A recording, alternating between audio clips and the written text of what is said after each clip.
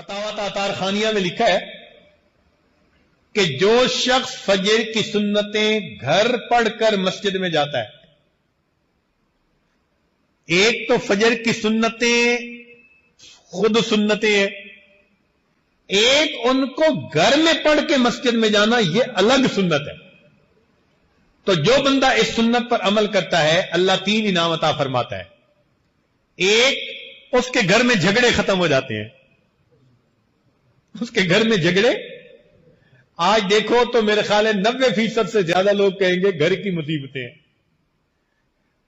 اولاد کی نافرمانی، بیوی کی پریشانی، گھر کے تقاضے پورے نہیں ہوتے، میاں بیوی کے درمیان نہیں بنتی.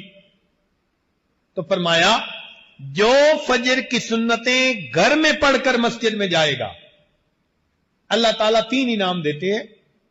پہلا انعام کہ اس بندے کے گھر کے جھگڑے اللہ ختم فرما دیتے ہیں.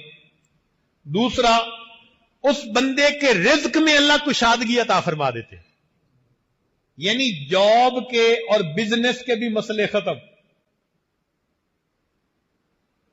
کارخانوں کے مسئلے ختم، مارکیٹ کے مسئلے ختم، رزق کی کشادگی، قرضوں کے مسئلے ختم. جو گھر میں سنت پڑھ کر جاتا ہے 3 انعام. گھر کے جھگڑے اللہ ختم فرما دیتے ہیں. نمبر 2، اللہ تعالی رزق میں کشادگی عطا فرماتے ہیں. اور تیسرا انعام، اللہ موت کے وقت ایمان کی حفاظت کے ساتھ دنیا سے جانے کی توفیق عطا.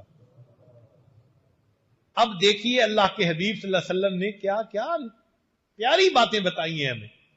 عمل کرنا تو ہمارے ذمہ ہے، ہم اگر عمل کریں تو یہ نعمتیں ہمیں مل سکتی ہیں.